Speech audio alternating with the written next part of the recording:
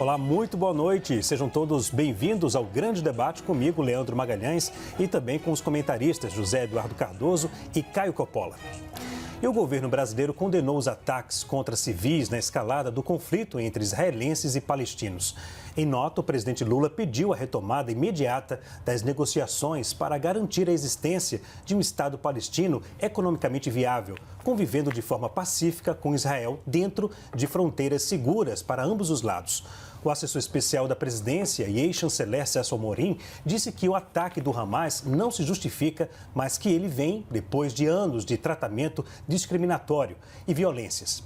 Caio, começo com você. A posição do governo logo após o ataque do Hamas a Israel foi acertada? Boa noite. Boa noite, Leandro. Boa noite, José Eduardo Cardoso. Boa noite à nossa audiência. E já começar consignando toda a nossa solidariedade aos nossos irmãos judeus, as famílias das vítimas desse ataque bárbaro, reputado por muitos com razão como o segundo atentado terrorista mais grave da nossa história, só rivalizando realmente com o 11 de setembro. Claro que a posição do governo brasileiro é equivocada. Não basta condenar o terrorismo, há que se condenar os terroristas, identificando-os. Aliás, a falsa equivalência tem prevalecido na política externa brasileira. Assim como no caso do conflito entre Rússia e Ucrânia, em que claramente há um agressor, né, e um Estado agredido, e o Brasil trata-os de forma equânime, também dessa vez, né, fala-se aí entre dois lados que supostamente seriam equivalentes, sendo que de um lado você tem um Estado democrático e do outro você tem uma organização terrorista. É claro que, e aqui eu estou lendo manchetes da imprensa nacional, aqui especialmente a Gazeta do Povo, aspas, considerada organização terrorista, Hamas parabenizou Lula por eleição em 2022. Na época, Bazin Naim, membro do burô político do Hamas, chamou Lula de lutador pela liberdade e considerou a sua eleição uma vitória para todos os povos oprimidos ao redor do mundo, particularmente o povo palestino, pois ele é conhecido por seu forte e contínuo apoio aos palestinos em todos os fóruns internacionais. Que orgulho para a nação brasileira ter seu presidente elogiado por um líder de organização terrorista que ataca um aliado do Brasil, como fez agora. Não é só isso. A gente tem que olhar essas questões do ponto de vista político. Por que o governo brasileiro se recusa a nomear o Hamas e condenar o Hamas? Será por causa do apoio do Irã? O Irã que recentemente foi convidado a entrar nos BRICS. O Irã, o país contra o qual o governo brasileiro, à época, tanto quanto Lula como Dilma Rousseff, se recusou a escrever uma carta condenando o apedrejamento de mulheres? O que será que está por trás desse silêncio, da esquerda brasileira? Para quem tiver dúvida, leio aqui uma manchete do Globo de maio de 2011. A ativista iraniana Mina Hadi se reúne com ministros em Brasília. Não foi recebida pela presidência da República. Vejam o que ela disse. Acho que esse governo não aceita isso, o apedrejamento de mulheres. Há uma diferença, na minha opinião, entre os dois governos. A presidente Dilma, pelo menos, já disse que o apedrejamento é uma barbárie. E isso é muito importante e difere do posicionamento do presidente Lula, declarou, referindo-se ao fato de Dilma ter condenado o apedrejamento durante uma entrevista para o jornal Washington Post. Certo? Em julho de 2010, ao ser perguntado sobre a condenação ao apedrejamento, Lula disse que não interferiria no assunto de outro país, aspas, por o atual presidente da República. É preciso ter cuidado, porque as pessoas têm leis, as pessoas têm regras. Se começarem a desobedecer às leis delas para atender ao pedido dos presidentes, vira uma avacalhação. Portanto, Lula tem um histórico de condescendência com governos violentos, que estão alinhados ao Irã, e não espanta, para quem conhece um pouco da nossa história recente, essa posição aí, no mínimo, questionável, de não fazer uma defesa pública da democracia israelense e não fazer um endosso ao combate ao grupo terrorista Hamas. Eduardo Cardoso, o governo acertou no posicionamento? Muito boa noite. Boa noite, Leandro. Boa noite, Caio. Acertou, sim. Eu tenho aqui em mãos a nota que o governo brasileiro expediu. E é muito claro, já no primeiro parágrafo, a condenação que o governo brasileiro faz a esse ato absurdo que foi praticado em relação ao povo de Israel. E aqui eu manifesto também, como fez o Caio, a minha total solidariedade. É inaceitável o ataque que foi feito à população civil em Israel. Inaceitável. E diria mais, injustificável. Por mais que nós possamos verificar situações que tenham propiciado o clima que hoje se vive na faixa de Gaza, é injustificável que se ataque a população civil, é injustificável que se sequestrem pessoas. Portanto, vai aqui a minha solidariedade sincera e fraterna ao povo de Israel. Situações desse tipo não se justificam e não podem acontecer. E isso está dito claramente na nota do governo brasileiro, que fala da condenação a estes bombardeios e expressa a condolência e solidariedade ao povo de Israel. O que é importante ter claro são duas questões que não podem passar desapercebidas. O Brasil, historicamente, só chama de terrorista quem a ONU reconhece como terrorista. Essa, por exemplo, é uma posição que a própria Noruega tem em relação ao Hamas. Quando, por exemplo, a ONU passou a chamar a Al-Qaeda de grupo terrorista, o governo brasileiro chama de terrorista. Isso é uma maneira que você tem de enfrentar globalmente situações sem que você acabe tendo posturas geopolíticas determinadas e de avaliação específica do ponto de vista de cada país em relação ao que é terrorista e o que não é terrorista.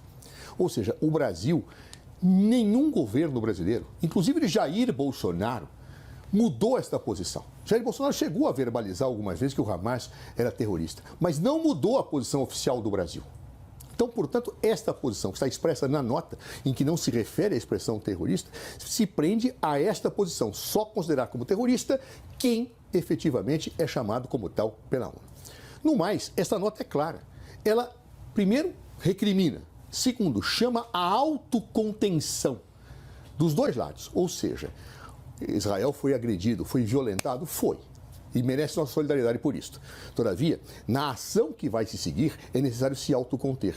Nada justifica um extermínio em massa também de palestinos, como nada justificou efetivamente o ataque feito a Israel.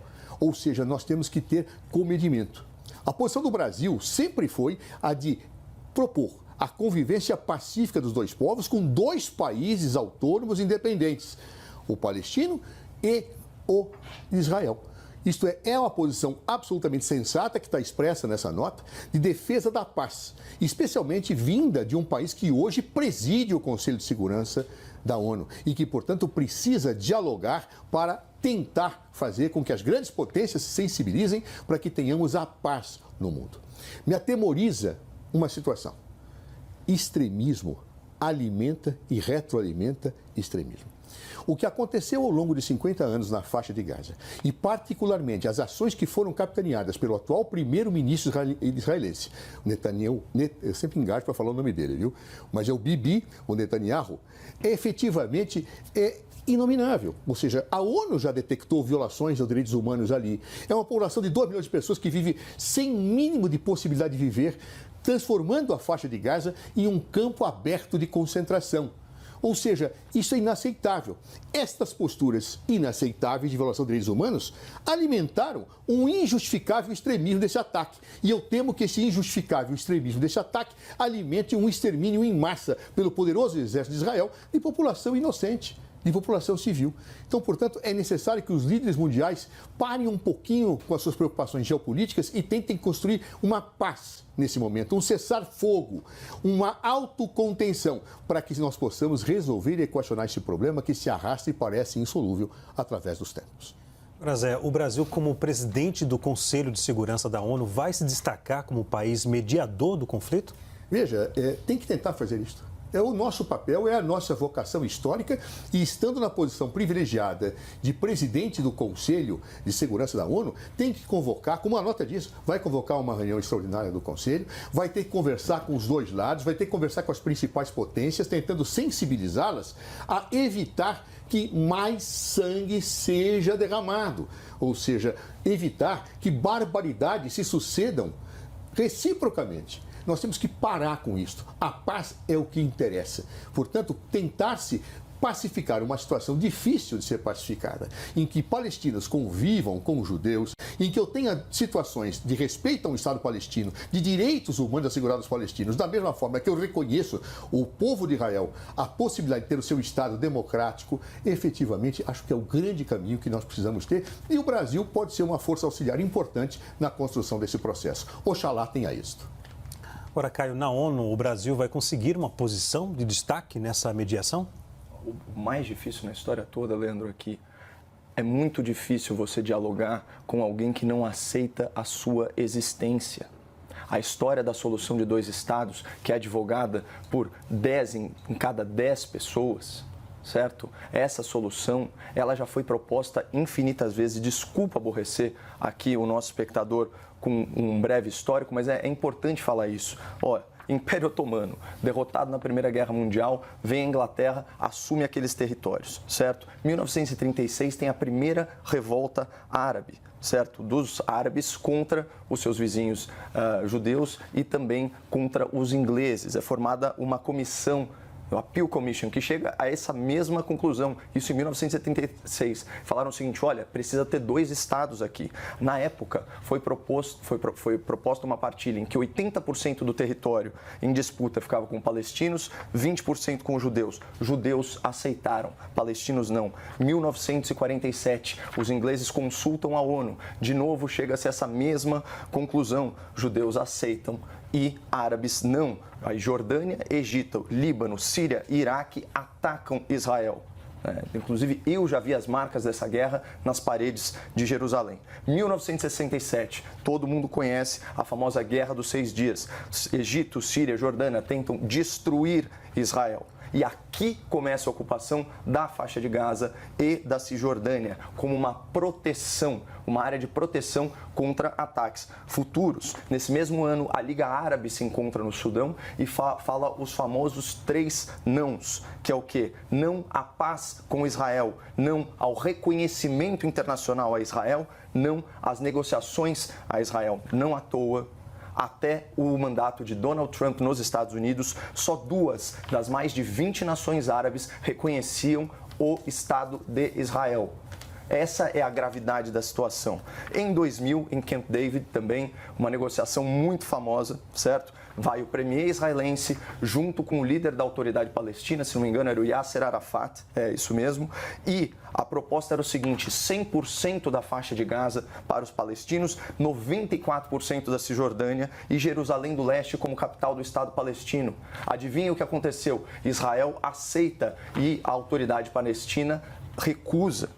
Frase do presidente americano Bill Clinton, aspas, Yasser Arafat esteve aqui por 14 dias e tudo o que ele disse foi não. Sabe qual foi a resposta dos palestinos, Leandro? Ataques suicidas em massa, vitimando mais de 1.000 israelenses. Em 2008, houve uma nova tratativa com uma proposta similar e com ainda mais território para os palestinos. Mais uma vez, os israelenses aceitam e a autoridade palestina não. São 5 rejeições de uma solução de duplo Estado. E vocês sabem por quê?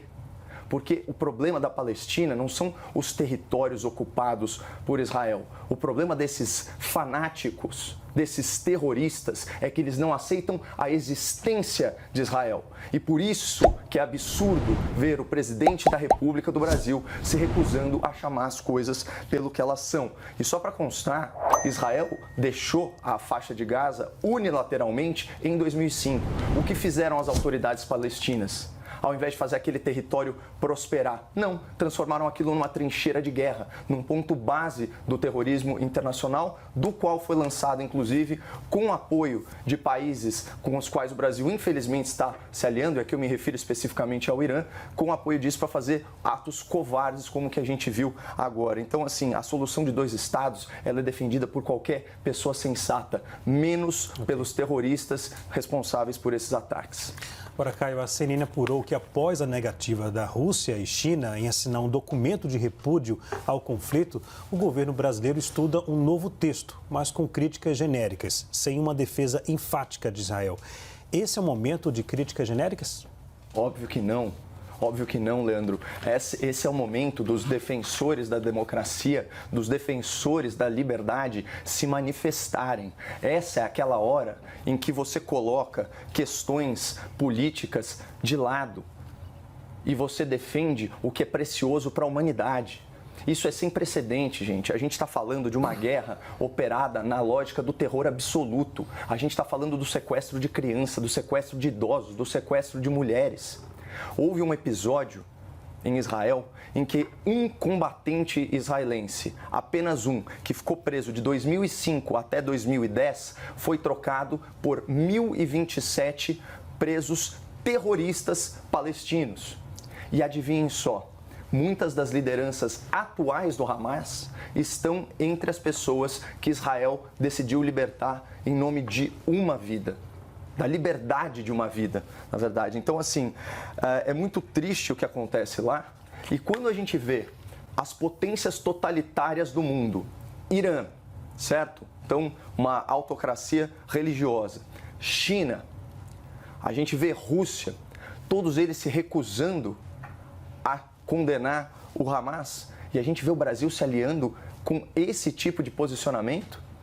Aliás, o Zé falou que a ONU não reconhece o Hamas como uma entidade terrorista. Ora, a ONU é formada por mais de uma centena de países, grande parte deles alinhados com China e Rússia. O que vai nos interessar é quem considera o Hamas terrorista. União Europeia considera Hamas terrorista. Reino Unido considera Hamas terrorista. Estados Unidos da América também. Ou seja, as democracias ocidentais condenam essas práticas. E não é um país autoritário. Em sua esmagadora maioria, Zé. Em sua esmagadora maioria. Então, eu acho lamentável o tom do governo, especialmente lamentável o tom do presidente da República, especialmente considerando que a sua eleição foi muito elogiada por essas lideranças terroristas. Ele teria que vir a público e mostrar que ele não tem absolutamente nada a ver com isso, que ele repudia o endosso do Hamas à sua eleição, que ele não quer ter nada a ver com isso. Pelo contrário, ele fica traçando uma falsa equivalência da mesma forma como ele fez com o conflito entre Rússia e Ucrânia, mostrando que ele é vassalo de interesses outros, que não a manutenção da democracia e da liberdade no mundo.